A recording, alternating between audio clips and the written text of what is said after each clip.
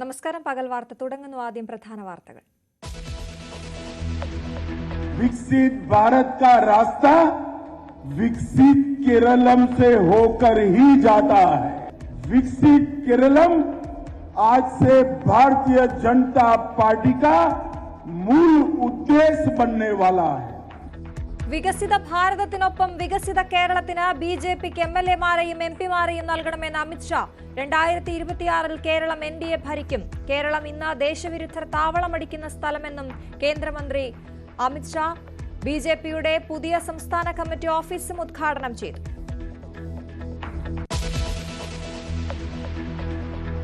ധർമ്മസ്ഥലയിലെ ഞെട്ടിക്കുന്ന ക്രൂര കൊലപാതകങ്ങൾക്കിരയായതിൽ മലയാളി യുവതികളുമുണ്ടെന്ന് സ്ഥിരീകരണം. PU കോളേജ് വിദ്യാർത്ഥിനി പത്മലതയെ ബലാത്സംഗം ചെയ്തു കൊന്നതാണെന്ന് ബന്ധുക്കൾ. നേത്രാവതി പുഴയ്ക്ക് സമീപം കൈകാലുകൾ കെട്ടിയിട്ട നിലയിൽ മൃതദേഹം കണ്ടെത്തിയത് 57 ദിവസത്തിന് ശേഷം. നിരവധി പേരെ കൊന്നു കുഴിച്ചിട്ടെന്ന് വെളിപ്പെടുത്തിയ തൊഴിലാളിയുടെ രഹസ്യമൊഴിയെടുത്ത് പോലീസ്.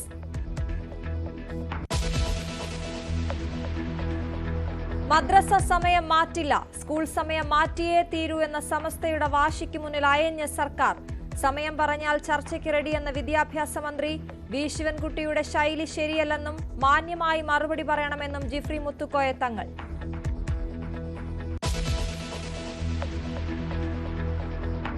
സർക്കാർ കൈവിട്ടതോടെ കീമിൽ നിയമ പോരാട്ടത്തിന് കേരള സിലബസ് വിദ്യാർത്ഥികൾ. തിങ്കളാഴ്ച സുപ്രീം കോടതിയിൽ ഹർജി നൽകും. ഓപ്ഷൻ അലോട്ട്മെന്റ് നടപടികളുമായി സർക്കാരും മുന്നോട്ട്.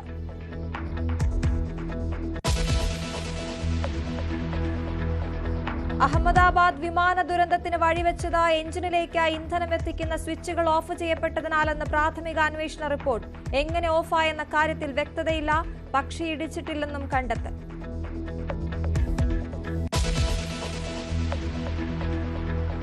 MDMA കേസിൽ പിടിയിലായ യൂട്യൂബർ റിൻസി മുംതാസ് സിനിമാ മേഖലയിലെ ഡ്രഗ് ലേഡി എന്ന് പോലീസ്. ലഹരിക്കടിമകളായ സിനിമാക്കാരുടെ പേരുകൾ പോലീസിന് നൽകി. എല്ലാവരെയും ചോദ്യം ചെയ്യും. ഡാർക്ക് നെറ്റിലൂടെയുള്ള ലഹരി ഇടപാടിൽ അന്വേഷണത്തോട് സഹകരിക്കാതെ പ്രതികൾ. നാർക്കോട്ടിക് കൺട്രോൾ ബ്യൂറോ ഇരുട്ടിൽ തപ്പുന്നു.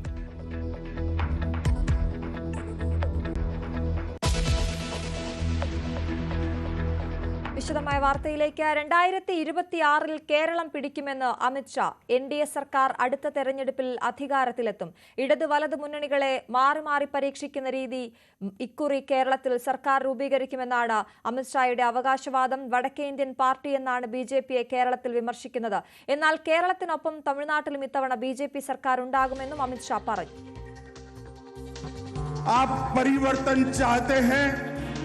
तो LDF को निकालने के लिए UDF को वोट देते हैं और UDF को निकालने के लिए LDF को वोट देते हैं, मगर दोनों परिवर्तन नहीं कर सकते. अब समय आ गया है कि परिवर्तन करने के लिए, विकसित केरलम बनाने के लिए सीधा भारतीय जनता पार्टी और NDA के लिए वोट करिए. 2014 के इलेक्शन में केरल की जनता ने भाजपा को 11% वोट दिए. 19 में 16%, 24 में 20% वोट दिया. अब बारी है भाजपा की सरकार बनाने की बारी है. मैं केरल के मतदाता भाइयों बहनों को कहने आया हूं कि 2026 का चुनाव NDA BJP के नेतृत्व में, मोदी जी के नेतृत्व में सरकार बनाने के लिए लड़ने जा रहा है. हमारे सैकड़ों कार्यकर्ताओं ने अपने जीवन का बलिदान दिया है. उनके परिवारों ने, किसी ने पति, किसी ने भाई, किसी ने बेटा गंवाया है. वो सभी का स्वप्न था केरल में NDA BJP की सरकार बनी. മുഖ്യമന്ത്രിയെയും CPM-നെയും കടന്നാക്രമിച്ചാണ് അമിത്ഷാ പ്രസംഗം തുടങ്ങിയത്. വിദേശത്തുള്ള മുഖ്യമന്ത്രി കേരളത്തിലെ BJPയുടെ സമ്മേളനം കാണണം. കേരളം PFIയുടെ താവളമാകാൻ കാരണം സംസ്ഥാന സർക്കാരുകൾ ആണ് എന്നും അമിത്ഷാ വിമർശിച്ചു.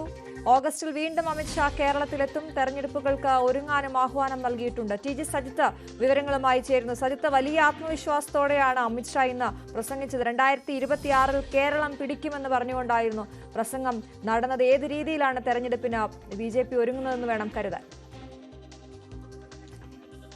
അശ്വതി, ഈ BJP കൃത്യമായ അജണ്ട മുൻനിർത്തി തന്നെ മുന്നോട്ട് പോകുന്നു എന്ന് വേണം അമിത്ഷായുടെ വാക്കുകൾ സൂചിപ്പിക്കാൻ. അദ്ദേഹം പ്രസംഗത്തിൽ സൂചിപ്പിച്ചതുപോലെ 2026 കേരളം പിടിക്കുമെന്ന പ്രഖ്യാപനം അമിത്ഷാ നടത്തുന്നു. പൊതുവിൽ BJP കേരളത്തിൽ കേൾക്കുന്ന ഒരു പഴി അല്ലെ വിമർശനം ഒരു വടക്കേന്ത്യൻ പാർട്ടി എന്നതാണ്. പക്ഷേ അതിൽ നിന്ന് മാറി കൂടുതൽ മേഖലകളിലേക്ക് BJPക്ക് കടന്നു ചെല്ലാൻ കഴിഞ്ഞിട്ടുണ്ട്.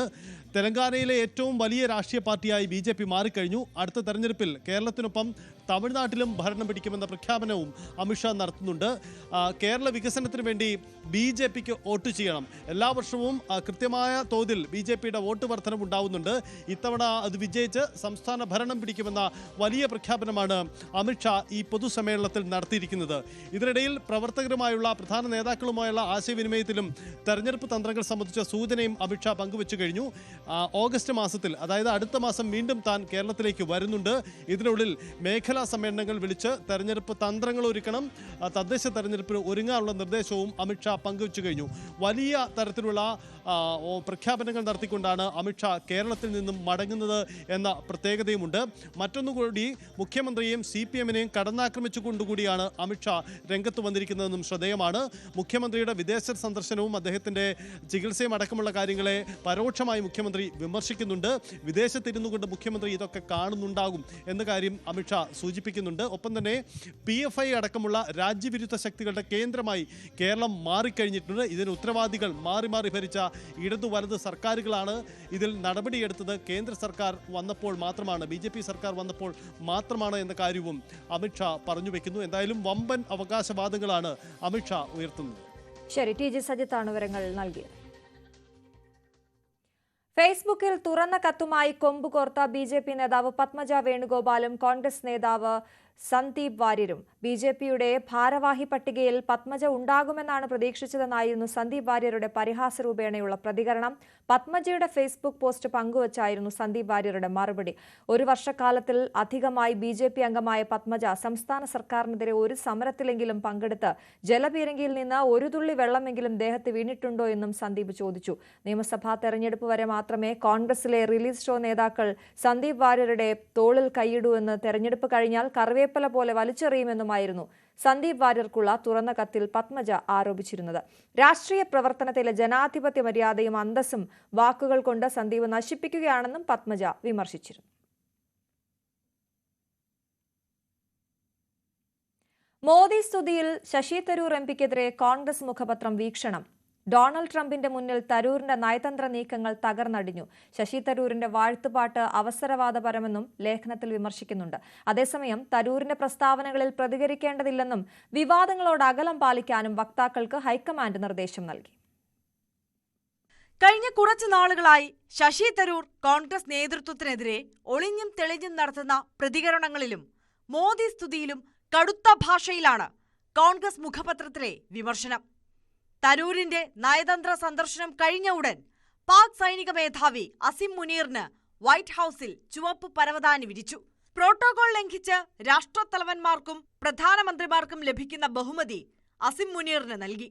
അസിം മുനീറുമായുള്ള കൂടിക്കാഴ്ച ബഹുമതിയായി കാണുന്നുവെന്ന് ട്രംപ് പ്രഖ്യാപിച്ചു. എന്നാൽ തരൂരിനും സംഘത്തിനും US വൈസ് പ്രസിഡന്റുമായി കൂടിക്കാഴ്ച നടത്താനേ കഴിഞ്ഞുള്ളൂവെന്നും ലേഖനത്തിൽ വിമർശിക്കുന്നു. ശശി തരൂരിന്റെ വാഴ്ത്തുപാട്ട് അവസരവാദപരമെന്നും ലേഖനത്തിൽ ചൂണ്ടിക്കാട്ടുന്നു. അതിനിടെ തരൂർ നടത്തിയ വിവാദ പരാമർശങ്ങളെല്ലാം തള്ളിയതുപോലെ ഇന്ദിരാഗാന്ധിക്കും സഞ്ജയ് ഗാന്ധിക്കുമെതിരെ ലേഖനത്തിലൂടെ ഉയർത്തിയ ആക്ഷേപവും തള്ളാനാണ് ഹൈക്കമാൻഡിന്റെ തീരുമാനം. തരൂരുമായി ബന്ധപ്പെട്ട വിഷയങ്ങളിൽ ഔദ്യോഗിക നിലപാട് ഹൈക്കമാൻഡ് പറയേണ്ട സമയത്ത് പറയുമെന്നും നേതാക്കൾ നിർദ്ദേശം നൽകി. തരൂരിനെതിരെ നടപടി വേണമെന്ന ആവശ്യം ദേശീയ തലത്തിലും കേരളത്തിലും ശക്തമാണ്. എന്നാൽ പാർട്ടിയോട് ഇടഞ്ഞു നിൽക്കുന്ന തരൂരിനോട് വിശദീകരണം തേടണമെന്ന ആവശ്യം നേതാക്കൾ ഉയർത്തുമ്പോഴും കേന്ദ്ര നേതൃത്വം മൗനം തുടരുകയാണ്. പാർലമെന്റിന്റെ വർഷകാല സമ്മേളനത്തിന് മുന്നോടിയായിട്ടുള്ള പാർലമെന്ററി പാർട്ടി യോഗത്തിൽ പ്രസ്താവനകളിൽ വിശദീകരണം തേടിയേക്കുമെന്നും വിവരമുണ്ട്. അതേസമയം തരൂരിന്റെ പ്രസ്താവനകൾ ആയുധമാക്കുകയാണ് BJP. News desk, news 18. Karnataka ധർമ്മസ്ഥലയിലെ കൂട്ടക്കൊലപാതക കേസിൽ നിർണായക സാക്ഷിയായ ശുചീകരണ തൊഴിലാളിക്ക് സുരക്ഷ ശക്തമാക്കി പോലീസ്. കൊലപാതകത്തിന് തെളിവായി ഇയാൾ കോടതിയിൽ ഹാജരാക്കിയ തലയോട്ടി ഫോറൻസിക് പരിശോധനയ്ക്ക് അയച്ചു. ശുചീകരണ തൊഴിലാളിയുടെ മൊഴി പ്രകാരമുള്ള സ്ഥലങ്ങളിൽ കുഴിച്ച് പരിശോധന നടത്താനും കോടതി നിർദ്ദേശം നൽകിയിട്ടുണ്ട്. ധർമ്മസ്ഥല കൂട്ടക്കൊലപാതക കേസിൽ ഞെട്ടിപ്പിക്കുന്ന വെളിപ്പെടുത്തൽ നടത്തിയ ശുചീകരണ തൊഴിലാളിക്ക് ബെൽത്തങ്ങാടി കോടതി നിർദ്ദേശപ്രകാരമാണ് പോലീസ് സുരക്ഷ ഏർപ്പെടുത്തിയത്. ബലാത്സംഗത്തിനിരയായി കൊല്ലപ്പെട്ട 100-ലധികം യുവതികളെ കുഴിച്ചു മൂടിയെന്നായിരുന്നു ഇയാളുടെ വെളിപ്പെടുത്തൽ. അതീവ സുരക്ഷയിൽ കോടതിയിൽ ഹാജരാക്കിയ ഇയാളുടെ രഹസ്യമൊഴി കോടതി രേഖപ്പെടുത്തി.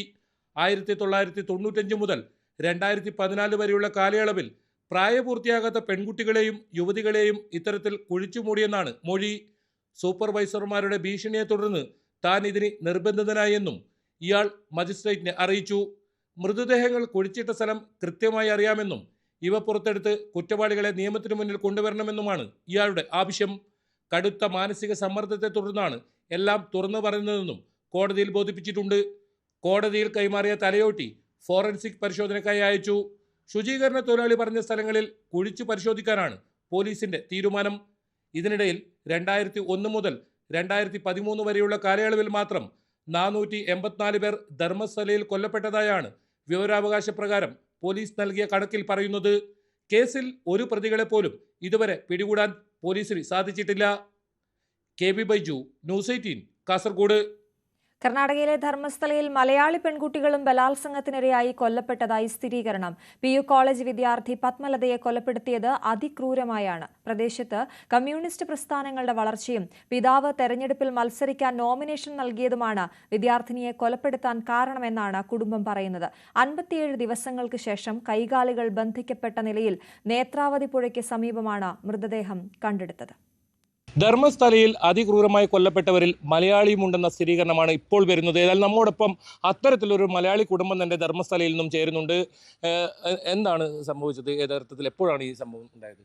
അത് 1986 86 ഡിസംബർ 22 എൻ്റെ അനിയത്തി അവൾ കോളേജിൽ പോയവൾ പിന്നെ തിരിച്ച് വീട്ടിൽ വന്നിട്ടില്ല. കോളേജ് ഡേക്കെന്നും പറഞ്ഞ് പോയത്, എന്നിട്ട് തിരിച്ചു വന്നിട്ടില്ല വീട്ടിലേക്ക്.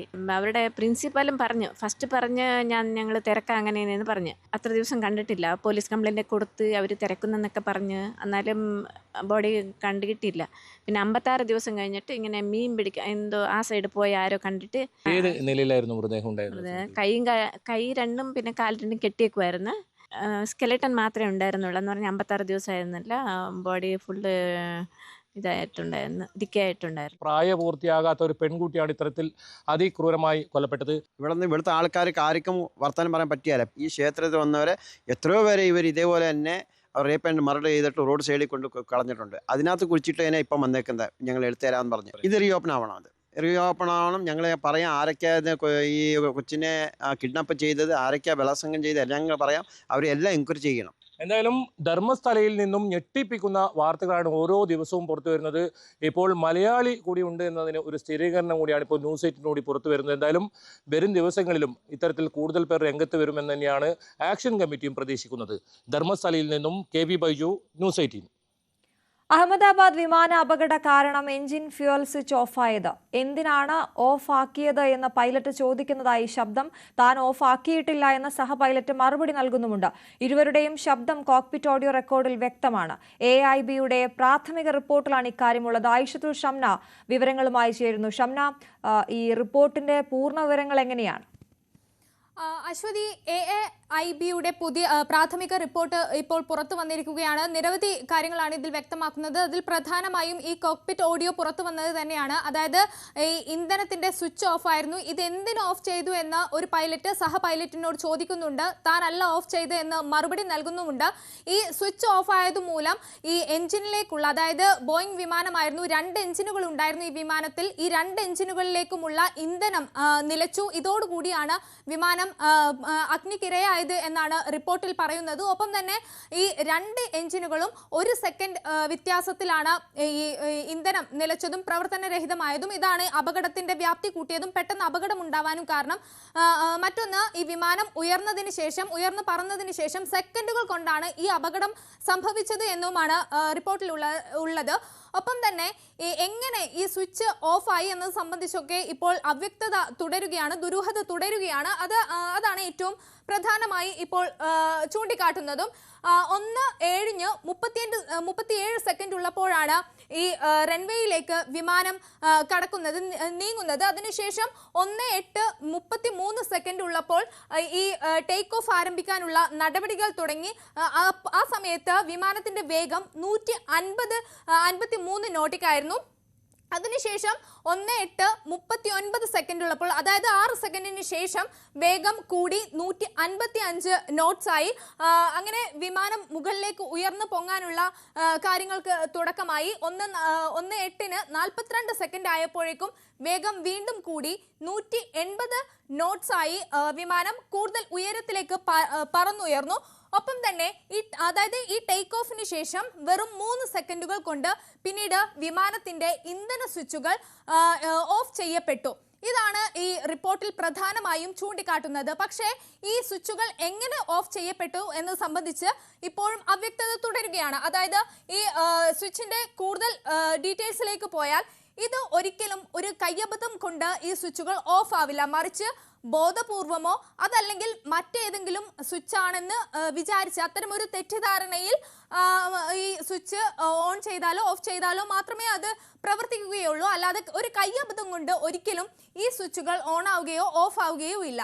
അപ്പോൾ ഈ 2 പൈലറ്റുമാരും വളരെയധികം എക്സ്പീരിയൻസ്ഡ് ആയിട്ടുള്ള, നിരവധി തവണ മണിക്കൂറുകൾ ഈ വിമാനം പറത്തിയ പരിചയസമ്പത്തുള്ള 2 പൈലറ്റുമാരാണ് അന്ന് ഈ അഹമ്മദാബാദ് വിമാനാപകടത്തിൽ വിമാനം ഓടിച്ചിരുന്നത്. അതുകൊണ്ട് തന്നെ ഒരു കയ്യബദ്ധമോ അല്ലെങ്കിൽ സ്വിച്ച് മാറിപ്പോയി ഓഫ് ചെയ്തതോ അല്ല. അത്തരമൊരു കാര്യങ്ങൾ തള്ളിക്കളയുകയാണ് ഇപ്പോൾ. കാരണം അത്രയും പരിചയസമ്പത്തുള്ള ഈ പൈലറ്റുമാർക്ക് അങ്ങനെ ഒരു കയ്യബദ്ധം സംഭവിക്കാൻ സാധ്യതയില്ല. പിന്നെ എങ്ങനെയാണ് ഈ സ്വിച്ചുകൾ ഓഫ് ആയത് എന്നാണ് ഇപ്പോൾ ഉയരുന്ന ചോദ്യവും. അതിലാണ് ദുരൂഹത തുടരുന്നതും. മറ്റൊന്ന്, ഈ കോക്പിറ്റ് ഓഡിയോ പുറത്തു വന്നിട്ടുണ്ട്. അതിൽ കൃത്യമായി തന്നെ ഒരു പൈലറ്റ് മറ്റ് പൈലറ്റിനോട് ചോദിക്കുന്ന ചോദ്യം ഇതാണ്, അതായത് എന്തിന് ഈ സ്വിച്ച് ഓഫ് ചെയ്തു എന്നത്. അങ്ങനെയാണെങ്കിൽ ഈ സ്വിച്ച് ഒരു പൈലറ്റ് ഓഫ് ചെയ്തതാണോ, മനഃപൂർവ്വം ഓഫ് ചെയ്തതാണോ എന്നുള്ള ഒരു ചോദ്യം ഉയരുന്നുണ്ട്. പക്ഷെ മറ്റ് സഹ പൈലറ്റ് മറുപടി നൽകുന്നത് ഇങ്ങനെയാണ്, താനല്ല സ്വിച്ച് ഓഫ് ചെയ്തത് എന്ന്. അപ്പോൾ ആ കാര്യത്തിൽ വീണ്ടും ഒരു അവ്യക്തത തുടരുകയാണ്. അതായത് പിന്നെ എങ്ങനെയാണ് ആ സ്വിച്ച് ഓഫ് ആയത്? ഒരിക്കലും ഒരു അബദ്ധത്തിൽ അല്ലെങ്കിൽ കൈ തട്ടിയോ ഒന്നും ആ സ്വിച്ച് ഓഫ് ആവില്ല. പിന്നെ എന്താണ് അവിടെ സംഭവിച്ചത്? എന്തെങ്കിലും ടെക്നിക്കൽ സാങ്കേതിക തകരാറ് മൂലം സംഭവിച്ചതാണോ? അത്തരം എന്തെങ്കിലും കാര്യങ്ങൾ അവിടെ നടന്നിട്ടുണ്ടോ എന്നതാണ് മറ്റൊരു കാര്യം ഉയരുന്നത്. എന്തായാലും 10 സെക്കൻഡിന് ശേഷം പിന്നീട് ഈ സ്വിച്ച് ഓണാക്കാനുള്ള ഒരു ശ്രമമുണ്ടായി. പക്ഷെ അത് നടന്നില്ല. അത് വിഫലമായി പോവുകയാണ് ചെയ്തത്. പിന്നീട് മെസ്സേജുകൾ അയച്ചെങ്കിലും അതൊന്നും കണക്ട് ചെയ്യാൻ കഴിഞ്ഞില്ല. ആ സമയം കൊണ്ട് തന്നെ വിമാനം കത്തി അമർന്നു എന്നതാണ് സാഹചര്യം. എന്തായാലും ഇപ്പോൾ ഇനി അന്വേഷണം നടക്കുന്നത് ഈ സ്വിച്ച് എങ്ങനെ ഓഫ് ചെയ്യപ്പെട്ടു എന്നതാണ്. ഇനി അന്വേഷണം നടക്കുക. ഒപ്പം തന്നെ വിമാനത്തിന് മറ്റ് സാങ്കേതിക തകരാറുകൾ എന്തെങ്കിലും ഉണ്ടായിരുന്നോ തുടങ്ങിയ കാര്യങ്ങളിലാവും ഇനി അന്വേഷണം നടക്കുക. അശ്വതി. ഐഷത്തുൽ ഷംനയാണ് വിവരങ്ങൾ നൽകിയത്. അഹമ്മദാബാദ് വിമാന അപകടത്തിൽ AAIBയുടേത് പ്രാഥമിക റിപ്പോർട്ടെന്ന വ്യോമയാന മന്ത്രി രാംമോഹൻ നായിഡു അപകടത്തിന്റെ യഥാർത്ഥ കാരണം കണ്ടെത്താൻ പല കാര്യങ്ങളും പരിശോധിച്ചു വരികയാണ്. ഇതൊരു ശ്രമകരമായ ദൗത്യമാണെന്നും അതിനുശേഷമായിരിക്കും അന്തിമ റിപ്പോർട്ട് തയ്യാറാക്കുകയെന്നും കേന്ദ്രമന്ത്രി വ്യക്തമാക്കി. To appreciate the job done by AIB, a very commendable job. It was a very challenging task. In fact, for the first time, safely securing the black box and trying to decode the data and everything being done in India itself in the lab in Delhi for AIB, first of its kind. So I'd like to appreciate all the efforts they have put in to do a very transparent, very mature, professional way the investigation has been done, and also all the international protocols have also been respected and followed. Dark net ലഹരി കേസിൽ പ്രതികൾ അന്വേഷണത്തോട് സഹകരിക്കുന്നില്ലെന്ന് NCB. പ്രതികളെ വീണ്ടും ചോദ്യം ചെയ്യണമെന്ന നിലപാടിലാണ് അന്വേഷണ സംഘം. ഇതിനായി കസ്റ്റഡി അപേക്ഷ തിങ്കളാഴ്ച സമർപ്പിക്കും. ഡാർക്ക് നെറ്റ് കേസിൽ നിർണായകമായ അറസ്റ്റ് നടത്താൻ നാർക്കോട്ടിക് കൺട്രോൾ ബ്യൂറോയ്ക്ക് കഴിഞ്ഞെങ്കിലും കൂടുതൽ കണ്ടെത്തലുകളിലേക്ക് എത്താനായിട്ടില്ല. ഇതിന്റെ പ്രധാന തടസ്സം പ്രതികൾ അധികമൊന്നും വിട്ടുപറയാത്തതാണ്. സാങ്കേതിക വിദ്യയിൽ അധിഷ്ഠിതമായാണ് ലഹരി വ്യാപാരം ഇവർ നടത്തിയിരുന്നത്.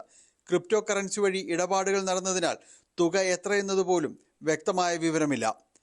ഇത് ആരുടെ പക്കലാണെന്നും എവിടെ നിക്ഷേപിച്ചു എന്നും കണ്ടെത്തേണ്ടതുണ്ട്. രാജ്യത്തിന് തന്നെ വെല്ലുവിളിയാകുന്ന രീതിയിൽ തുക കൈകാര്യം ചെയ്തിട്ടുണ്ടോ എന്ന സംശയവും അന്വേഷണ ഏജൻസികൾക്കുണ്ട്. NCBക്ക് പുറമെ EDയും അന്വേഷണ രംഗത്തുണ്ട്. പാസ്വേഡുകൾ പോലും മനഃപ്പാഠമായാണ് സംഘം സൂക്ഷിച്ചിരുന്നത്. ഈ വെല്ലുവിളി ചോദ്യം ചെയ്യലിലും NCB നേരിടുന്നുണ്ട്. അറസ്റ്റിലായ പ്രതി ഡിയോളിന്റെ ഭാര്യ അഞ്ജുവിനെ ചോദ്യം ചെയ്യാനും NCBക്ക് കഴിഞ്ഞിട്ടില്ല. വനിതാ ഉദ്യോഗസ്ഥ ഇല്ലാത്തതുകൊണ്ടാണ് ചോദ്യം ചെയ്യലിന് സാങ്കേതികമായി ഇത് തടസ്സമാകുന്നത്. അടുത്ത തവണ പ്രതികളെ കസ്റ്റഡിയിൽ ആവശ്യപ്പെടുമ്പോൾ മുഴുവൻ പേരെയും ചോദ്യം ചെയ്യാനാണ് നീക്കം. എഡിസൺ ബാബു അടക്കമുള്ള പ്രതികളെ 4 ദിവസത്തെ ചോദ്യം ചെയ്യലിന് ശേഷം വീണ്ടും 2 ആഴ്ചത്തേക്ക് കൂടി കോടതി റിമാൻഡ് ചെയ്തിരുന്നു. പ്രതികളുടെ പ്രധാന ഇടപാടുകാരെക്കുറിച്ചും ഇടനിലക്കാരെക്കുറിച്ചുമുള്ള പൂർണ്ണ വിവരങ്ങളും ഇതുവരെയും നാർക്കോട്ടിക് കൺട്രോൾ ബ്യൂറോയുടെ അന്വേഷണത്തിൽ ലഭ്യമായിട്ടുമില്ല. ന്യൂസ് 18 കൊച്ചി. കൊച്ചിയിൽ MDMAയുമായി പിടിയിലായ യൂട്യൂബർ റിൻസി മുംതാസ സിനിമാ മേഖലയിലെ ഡ്രഗ് ലേഡി എന്ന പോലീസ്. ലഹരിക്കായി പ്രതികൾ ചെലവാക്കിയത് ലക്ഷങ്ങളെന്നും കണ്ടെത്തി. സിനിമാ മേഖലയിൽ ലഹരി ഉപയോഗിക്കുന്നവരുടെ പേരുകൾ റിൻസി പോലീസിന് കൈമാറി. പ്രതികളെ കസ്റ്റഡിയിലെടുത്ത് ചോദ്യം ചെയ്യാനാണ് അന്വേഷണ സംഘത്തിന്റെ തീരുമാനം. സിനിമയ്ക്കുള്ളിൽ സജീവമായി ലഹരി ഇടപാട് നടത്തുന്ന റിൻസി യുവതാരങ്ങൾക്കടക്കമുള്ളവർക്ക് ഡ്രഗ് ലേഡിയാണ്. സെറ്റുകളിലും പ്രൊമോഷൻ പരിപാടികളിലും റിൻസി ഉണ്ടെങ്കിൽ അവിടെ രാസലഹരി ഒഴുകുമെന്നാണ് അന്വേഷണ സംഘത്തിന് ലഭിച്ച വിവരം. സിനിമാ മേഖലയിൽ ലഹരി ഉപയോഗിക്കുന്നവരുടെ പേരുകൾ റിൻസി പോലീസിന് കൈമാറിയിട്ടുണ്ട്. ലഹരിക്കായി പ്രതികൾ ഒഴുക്കിയത് ലക്ഷങ്ങളാണെന്നാണ് കണ്ടെത്തൽ. 10 ലക്ഷത്തോളം രൂപയാണ് ലഹരി ഇടപാടിനായി റിൻസി മുടക്കിയത്. MDMA മാത്രമല്ല, വില കൂടിയ കൊക്കൈനും പ്രതികൾ കൊച്ചിയിലെത്തിച്ചു. ആവശ്യക്കാർക്ക് പണം ഗൂഗിൾ പേ വഴി നൽകും. പിന്നീട് അത് ക്രിപ്റ്റോ കറൻസിയാക്കും. ബംഗളൂരുവിൽ നിന്നും ലഹരി എത്തിച്ചു നൽകുന്നതും വേണ്ടവർക്ക് കൈമാറുന്നതുമെല്ലാം റിൻസിയുടെ ആൺ സുഹൃത്ത് യാസറായിരുന്നു. റിമാൻഡിലുള്ള പ്രതികളെ കസ്റ്റഡിയിൽ വാങ്ങി ചോദ്യം ചെയ്യാനാണ് പോലീസിന്റെ നീക്കം. സിനിമാ PR കമ്പനിയായ ഒബ്സ്ക്യൂറ എന്റർടൈൻമെന്റിന്റെ ഭാഗമായിരുന്നു റിൻസി. ലഹരി കേസിൽ അറസ്റ്റിലായതോടെ റിൻസിയെ ഒബ്സ്ക്യൂറ തള്ളിപ്പറഞ്ഞു. ന്യൂസ് 18 കൊച്ചി. പാലക്കാട് കാർ പൊട്ടിത്തെറിച്ചുണ്ടായ അപകടത്തിൽ പരിക്കേറ്റ അമ്മയും 2 മക്കളും അതീവ ഗുരുതരാവസ്ഥയിൽ ചികിത്സയിൽ തുടരുന്നു. പൊൽപ്പള്ളി പൂളക്കാട് സ്വദേശിനി LC മാർട്ടിനും മക്കൾക്കുമാണ് പരിക്കേറ്റത്. ബാറ്ററി ഷോർട്ട് സർക്യൂട്ടാണ് കാർ പൊട്ടിത്തെറിക്കാൻ കാരണമായതെന്നാണ് ഫയർഫോഴ്സിന്റെ പ്രാഥമിക നിഗമനം. കുടുംബത്തിന്റെ ചികിത്സാ ചെലവ് സർക്കാർ ഏറ്റെടുക്കുമെന്ന് വൈദ്യുതി വകുപ്പ് മന്ത്രി K. കൃഷ്ണൻകുട്ടി പറഞ്ഞു. 55 ദിവസങ്ങൾക്ക് മുൻപാണ് പാലക്കാട് കണ്ണാടിയിലെ സ്വകാര്യ ആശുപത്രിയിലെ നഴ്സായ LC മാർട്ടിന്റെ ഭർത്താവ് മരിക്കുന്നത്. മക്കൾക്കൊപ്പം പൊൽപ്പുള്ളി പൂളക്കാടുള്ള വീട്ടിൽ കഴിയുന്നതിനിടെ അസുഖം ബാധിച്ച് ശസ്ത്രക്രിയ നടത്തിയ LC ചികിത്സയിലായിരുന്നു. ഇന്നലെയാണ് ജോലിയിൽ തിരികെ പ്രവേശിച്ചത്. വൈകിട്ടോടെ വീട്ടിലെത്തിയ LC മക്കൾക്കൊപ്പം ഭക്ഷണം കഴിക്കാൻ ഇറങ്ങുന്നതിനിടയിലാണ് വീട്ടുമുറ്റത്ത് വെച്ച് കാർ പൊട്ടിത്തെറിച്ച് അപകടമുണ്ടായത്. കാറ് കുറച്ച് പഴക്കം ചെന്ന കാറായിരുന്നു. അപ്പോൾ ആ കാറ് ഇടയ്ക്ക് നിൽക്കാറൊക്കെ ഉണ്ടായിരുന്നാണ് പറഞ്ഞു കേട്ടത്. പക്ഷേ കാറ് ഇവർ തന്നെ ഡ്രൈവ് ചെയ്ത് ഈ മാട്ടിന് സുഖമില്ലാത്തപ്പോഴും അവർ തന്നെയാണ് അത് കൊണ്ടുപോയിരുന്നത്. അങ്ങനെ ഒരു കോൺഫിഡൻസ് അവർക്ക് ഉണ്ടായിരുന്നിരിക്കണം. അപ്പോൾ ഇന്നലെ ആ ഒരു കുട്ടി അമ്മയുടെ അടുത്ത് പറഞ്ഞ അമ്മ മണം വരുന്നുണ്ടല്ലോ എന്ന് പറയുന്നുണ്ടായിരുന്നു. പക്ഷെ അതവർ കാര്യമാക്കിയിട്ടില്ല. നേരത്തെ ഒരു പക്ഷെ അങ്ങനെ ഉണ്ടായിരുന്നിട്ടുണ്ടാവാം. അപ്പോൾ അത് കുഴപ്പമില്ല എന്ന് പറഞ്ഞ് പിന്നെ ഇത് സ്റ്റാർട്ട് ചെയ്തു. ബാക്കിൽ നിന്നാണ് കത്തുപിടിച്ചത്. അപകടത്തിൽ LCക്കും മക്കളായ 6 വയസ്സുകാരൻ ആൽഫ്രഡ് മാർട്ടിനും 4 വയസ്സുകാരി എമിലീന മാർട്ടിനും 90% പൊള്ളലേറ്റു. മൂവരുടെയും ആരോഗ്യനില ഗുരുതരമാണ്. LCയുടെ മൂത്ത മകൾക്ക് 40% പൊള്ളലേറ്റിട്ടുണ്ട്. 4 പേരെയും എറണാകുളത്തെ സ്വകാര്യ ആശുപത്രിയിൽ പ്രവേശിപ്പിച്ചിരിക്കുകയാണ്. കുടുംബത്തിന്റെ ചികിത്സാ ചെലവ് ഏറ്റെടുക്കാനുള്ള നടപടികൾ സർക്കാർ സ്വീകരിക്കുമെന്ന് മന്ത്രി K. കൃഷ്ണൻകുട്ടി പറഞ്ഞു. ഭാവിയിൽ ഒരു നാളെ ഒരു തീപ്പൊള്ളലൊക്കെ ആയിട്ടുള്ള ഒരു പാടൊന്നും ഇല്ലാതെ കഴിക്കാനുള്ള ശ്രമം നടക്കുന്നുണ്ട്. അത് നമുക്ക് ചെലവ്, ആശുപത്രിയുടെ ചെലവ് മുഖ്യമന്ത്രിയുടെ ദുരിതാശ്വാസ നിധിയിൽ നിന്ന് കൊടുക്കാൻ വേണ്ടി മുഖ്യമന്ത്രിയോട് അഭ്യർത്ഥിക്കും. തീർച്ചയായിട്ടും അത് കിട്ടുമെന്നാണ് എൻ്റെ പ്രതീക്ഷ. കാലപ്പഴക്കം സംഭവിച്ച കാറിൽ ബാറ്ററി ഷോർട്ട് സർക്യൂട്ട് സംഭവിച്ചതായിരിക്കാം തീപിടിക്കാൻ കാരണമെന്നാണ് ഫയർഫോഴ്സിന്റെ പ്രാഥമിക നിഗമനം. സംഭവത്തിൽ വിശദമായ അന്വേഷണം നടത്താനാണ് മോട്ടോർ വാഹന വകുപ്പിന്റെയും പോലീസിന്റെയും തീരുമാനം. ന്യൂസ് 18 പാലക്കാട്. പുതുക്കിയ കീം റാങ്ക് ലിസ്റ്റ് അനുസരിച്ച് വിദ്യാർത്ഥി പ്രവേശനം നടത്തുന്നതിനെതിരെ സുപ്രീം കോടതിയെ സമീപിക്കാൻ വിദ്യാർത്ഥികൾ സർക്കാർ അപ്പീലിനില്ലെന്ന് വ്യക്തമാക്കിയ സാഹചര്യത്തിലാണ് വിദ്യാർത്ഥികൾ തന്നെ കോടതിയെ സമീപിക്കുന്നത്. അതിനിടെ പുതുക്കിയ റാങ്ക് പട്ടിക അടിസ്ഥാനമാക്കി സംസ്ഥാനത്തെ എഞ്ചിനീയറിംഗ് കോളേജുകളിൽ പ്രവേശന നടപടികൾ തുടങ്ങി. യോഗ്യരായ വിദ്യാർത്ഥികൾക്ക് 16 രാവിലെ 11 വരെ ഓൺലൈനായി ഓപ്ഷനുകൾ രജിസ്റ്റർ ചെയ്യാം. ആദ്യ അലോട്ട്മെന്റ് പട്ടിക 18-ന് പുറത്തിറക്കും. സർവകലാശാലകളിൽ ഭരണസ്തംഭനം തുടരുന്നത് സർക്കാരിന് തിരിച്ചടിയാകുമെന്ന ആശങ്കയിൽ CPM. പ്രതിസന്ധി പരിഹരിക്കാനുള്ള വഴികൾ CPM തേടുകയാണ്. അതേസമയം കേരള സർവകലാശാല രജിസ്ട്രാർ സ്ഥാനത്ത് നിന്ന് ഒഴിയാനുള്ള തീരുമാനത്തിൽ നിന്ന് മിനി കാപ്പൻ പിന്മാറി. അനിൽകുമാറും രജിസ്ട്രാറുടെ പദവിയിൽ തുടരുകയാണ്. കീം ഫലപ്രഖ്യാപനത്തിന് തിരിച്ചടിയുണ്ടാക്കിയ ജനരോഷം, സർവകലാശാലകളിൽ ഭരണസ്തംഭനം, സംഘപരിവാർ വിരുദ്ധ പോരാട്ടത്തിലൂടെ രാഷ്ട്രീയ നേട്ടമുണ്ടാക്കാവുന്ന കണക്കുകൂട്ടൽ തിരിച്ചടിക്കുമെന്ന ആശങ്ക CPM നേതൃത്വത്തിൽ പ്രകടമായി തുടങ്ങി. ഇന്നലെ ചേർന്ന സംസ്ഥാന സെക്രട്ടേറിയറ്റ് യോഗം പ്രധാനമായി ചർച്ച ചെയ്തത് സർവകലാശാലകളിലെ പ്രതിസന്ധിയാണ്. SFIയുടെ സമരങ്ങളെ തള്ളിപ്പറയില്ല. എന്നാൽ അത് പൊതുജനങ്ങളിൽ അത്ര മതിപ്പുണ്ടാക്കുന്നില്ലെന്ന് നേതാക്കൾ വിലയിരുത്തുന്നു. പ്രത്യേകിച്ചും സർവകലാശാലകളുടെ പ്രവർത്തനം പ്രതിസന്ധിയിലാകുമ്പോൾ സംഘപരിവാർ രാഷ്ട്രീയം അടിച്ചേൽപ്പിക്കാൻ ശ്രമിക്കുന്നതാണ് പ്രശ്നങ്ങൾക്ക് കാരണം. BJP നേതാക്കൾ രാജ്ഭവനെ ഇടപെടുത്തി രാഷ്ട്രീയം കളിക്കുകയാണ്. എങ്കിലും സർവകലാശാലകൾ ഈ വിധം പോകുന്നത് ഗുണം ചെയ്യില്ലെന്ന ചർച്ച സംസ്ഥാന സെക്രട്ടേറിയറ്റിലുണ്ടായി. നിയമ വഴി തേടാമെങ്കിലും അത് കാലതാമസമുണ്ടാക്കും. അതുകൊണ്ടാണ് മറുവഴി അന്വേഷിക്കുന്നത്. ഗവർണറുമായി അനുനയത്തിനുള്ള മാർഗങ്ങളും സർക്കാർ തേടിയേക്കും. കേരളയിൽ മാത്രമല്ല, സാങ്കേതിക സർവകലാശാലയിലും കുസാറ്റിലും കാലിക്കറ്റിലുമൊക്കെ പ്രശ്നങ്ങളുണ്ട്. സിൻഡിക്കേറ്റുകളുടെ പ്രവർത്തനം ശരിയായ ദിശയിലല്ലെന്ന വിലയിരുത്തലുകളുമുണ്ട്. മുഖ്യമന്ത്രി ചികിത്സ കഴിഞ്ഞ് തിരിച്ചെത്തിയ ശേഷം CPM വിശദമായ ചർച്ചകളിലേക്ക് കടക്കും. കേരള സർവകലാശാലയിൽ VC നൽകിയ രജിസ്ട്രാറുടെ ചുമതല ഏറ്റെടുക്കാനില്ലെന്ന തീരുമാനത്തിൽ നിന്ന് മിനി കാപ്പൻ പിന്മാറി. മോഹനൻ കുന്നുമ്മൽ തിങ്കളാഴ്ച സർവകലാശാല ആസ്ഥാനത്തെത്തും. സിൻഡിക്കേറ്റിന്റെ പിന്തുണയോടെ അനിൽകുമാറും രജിസ്ട്രാർ സ്ഥാനത്ത് തുടരുകയാണ്. ന്യൂസ് 18 തിരുവനന്തപുരം. സ്കൂൾ സമയമാറ്റത്തിൽ അയഞ്ഞ വിദ്യാഭ്യാസ മന്ത്രി സമസ്തയുമായി ചർച്ചയ്ക്ക് തയ്യാറാണെന്നും സമസ്ത സമയം അറിയിച്ചാൽ മതിയെന്നും വി ശിവൻകുട്ടി പറഞ്ഞു. സമയമാറ്റത്തിൽ സമസ്ത പ്രത്യക്ഷ സമരത്തിലേക്ക് കടന്നതോടെയാണ് സർക്കാർ നിലപാട് മയപ്പെടുത്തിയത്. മന്ത്രിയുടെ ശൈലി ശരിയല്ലെന്ന വിമർശനവുമായി ജിഫ്രി തങ്ങളും രംഗത്തു വന്നു. ഗവൺമെന്റിനെ സംബന്ധിച്ചിടത്തോളം കുട്ടികളുടെ വിദ്യാഭ്യാസമാണ് ഏറ്റവും പ്രധാനപ്പെട്ട പ്രശ്നം. ഏതെങ്കിലും ഒരു വിഭാഗത്തിന് മാത്രം സൗജന്യം കൊടുക്കുന്നതിന് പറ്റില്ല. സമയം മാറ്റണമെന്ന് ആഗ്രഹിക്കുന്നവർ ചെയ്യേണ്ടത് അവരുടെ ആവശ്യത്തിന് വേണ്ടി സമയം അവരത് ക്രമീകരിക്കുന്നതായിരിക്കും നല്ലത്. സ്കൂൾ സമയമാറ്റത്തിൽ പിന്നോട്ടില്ലെന്നായിരുന്നു സർക്കാർ നിലപാട്. പലപ്പോഴായി നിലപാട് കടുപ്പിച്ച മന്ത്രി വി ശിവൻകുട്ടി വിരട്ടൽ വേണ്ടെന്ന കടുത്ത വിമർശനവും നടത്തി. എന്നാൽ സമസ്ത പ്രത്യക്ഷ സമരത്തിലേക്ക് കടക്കുകയും വിഷയത്തിൽ സംഘടനയ്ക്കുള്ളിൽ അഭിപ്രായ ഐക്യത്തിന് വഴിതെളിയുകയും ചെയ്തതോടെ മുൻ നിലപാടിൽ നിന്ന് പിന്നോട്ടു പോവുകയാണ് സർക്കാരും വിദ്യാഭ്യാസ മന്ത്രിയും. സമയമാറ്റത്തിൽ കോടതിയുടെ നിലപാടാണ് താൻ പറഞ്ഞതെന്നാണ് വി ശിവൻകുട്ടിയുടെ വിശദീകരണം. ബഹുമാനപ്പെട്ട കോടതിയാണ് ഈ സമയം നിശ്ചയിച്ചിട്ടുള്ളത്. അതാണ് ഞാൻ പറഞ്ഞത്. അല്ലാതെ ധിക്കാരപരമായ ഒരു നിലപാടും സ്വീകരിക്കുന്നില്ല. ഈ വിഷയത്തെ സംബന്ധിച്ചിടത്തോളം കോടതി പറഞ്ഞതിനപ്പുറമായിട്ട് എനിക്കൊന്നും പറഞ്ഞില്ല എന്നാണ് ഞാൻ പറഞ്ഞതിൻ്റെ ഉദ്ദേശം. അതല്ലാതെ ചർച്ച ഇല്ല എന്ന് പറയുമ്പോൾ ഏത് നിമിഷം വേണോ സമസ്തയ്ക്കോ ഏത് സംഘടനയ്ക്കോ ചർച്ച നടത്തുന്നതിന് വേണ്ടി ഞാൻ തയ്യാറാണ്. അവരേത് നിമിഷം ഏത് സമയം വേണമെന്നവർ പറഞ്ഞാൽ മാത്രം മതി. സർക്കാരുമായി, പ്രത്യേകിച്ച് മുഖ്യമന്ത്രി പിണറായി വിജയനുമായി അടുത്ത ബന്ധം പുലർത്തുന്ന വ്യക്തിയാണ് സമസ്ത അധ്യക്ഷൻ ജിഫ്രി തങ്ങൾ. തങ്ങൾ ആവശ്യപ്പെട്ടിട്ടും വിഷയത്തിൽ തൽക്കാലം പുനഃപരിശോധന വേണ്ടെന്നായിരുന്നു സർക്കാരിന്റെ അഭിപ്രായം. എന്നാൽ മന്ത്രി വി ശിവൻകുട്ടിയുടെ വിമർശനം സമസ്തയെ പ്രകോപിപ്പിച്ചിട്ടുണ്ട്. മന്ത്രിയുടെ ശൈലി ശരിയല്ലെന്ന കടുത്ത വിമർശനവുമായി ജിഫ്രി തങ്ങൾ തന്നെ രംഗത്ത് വന്നു. സമുദായങ്ങളെ കാര്യങ്ങളൊക്കെ നോക്കാൻ തന്നെയല്ലേ ഇവിടെ മന്ത്രിസഭ എന്നൊക്കെ പറയുന്നത്, ഭരണം എന്നൊക്കെ പറഞ്ഞത്. സമുദായങ്ങളല്ലേ വോട്ടും ചെയ്യണത്. മന്ത്രിനെ നമ്മൾ മുഖ്യമന്ത്രിക്കാണ് ഞങ്ങൾ നിവേദനം കൊടുത്തിട്ടുണ്ട്. അയാളാണ് പറയേണ്ടത്. മന്ത്രി പറയേണ്ട ആവശ്യമില്ല. മന്ത്രി പറയട്ടെ, പറയാതിരിക്കട്ടെ ആണ് ഞങ്ങൾ ആവശ്യപ്പെടുന്നത്. മനസ്സിലായില്ലേ? ഒന്നും ചർച്ചയ്ക്ക് വിളിച്ചൂടെ? വലിയ സമൂഹമല്ലേ, അങ്ങനെ അവഗണിക്കാൻ പറ്റുമോ? തെരഞ്ഞെടുപ്പ് അടുത്തെത്തുകയും സമയമാറ്റത്തിൽ സമസ്തയെ അനുകൂലിച്ച് മുസ്ലിം ലീഗ് അടക്കമുള്ള കക്ഷികൾ രംഗത്ത് വരികയും ചെയ്തതോടെ തൽക്കാലം പ്രകോപനം വേണ്ടെന്ന നിലപാടാണ് സർക്കാരിനെ നയം മാറ്റാൻ പ്രേരിപ്പിച്ചത്. ന്യൂസ് 18 കോഴിക്കോട്, തിരുവനന്തപുരം. ഇടുക്കി അടിമാലി മേഖലയിൽ LDFും UDFും പ്രഖ്യാപിച്ച ഹർത്താൽ പുരോഗമിക്കുന്നു. UDF അടിമാലി, വെള്ളത്തൂവൽ, പള്ളിവാസൽ പഞ്ചായത്തുകളിലും LDF അടിമാലി പഞ്ചായത്തിലുമാണ് ഹർത്താൽ ആഹ്വാനം ചെയ്തത്. KSRTC ഉൾപ്പെടെ നിരത്തിലിറങ്ങിയ ചില വാഹനങ്ങൾ ഹർത്താൽ അനുകൂലികൾ തടഞ്ഞു. ദേശീയപാത നവീകരണം തടസ്സപ്പെട്ടതിൽ പ്രതിഷേധിച്ച് രാവിലെ 6 മുതൽ വൈകിട്ട് 6 വരെയാണ് ഹർത്താൽ.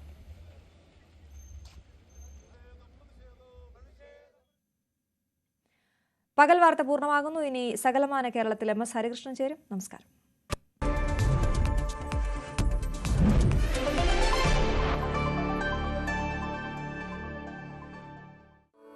ലോകത്തിന്റെ മുഴുവൻ ശ്രദ്ധയാകർഷിച്ച വിവാഹാഘോഷം, പൈതൃക പാരമ്പര്യങ്ങളും ഭക്തിയും സംഗമിച്ച ആഗോള സദസ്സ്, ഇന്ത്യയുടെ സുവർണ കാലഘട്ടത്തിന്റെ ഓർമ്മപ്പെടുത്തലായി അനന്ത് രാധിക വിവാഹം. ലോകത്തെ ഇന്ത്യയിലേക്കും ഇന്ത്യയെ ലോകത്തേക്കും എത്തിച്ച മഹനീയ നിമിഷം. ബാൻഡ് ബാജ ഭാരത്. ന്യൂസ് 18 കേരളത്തിൽ.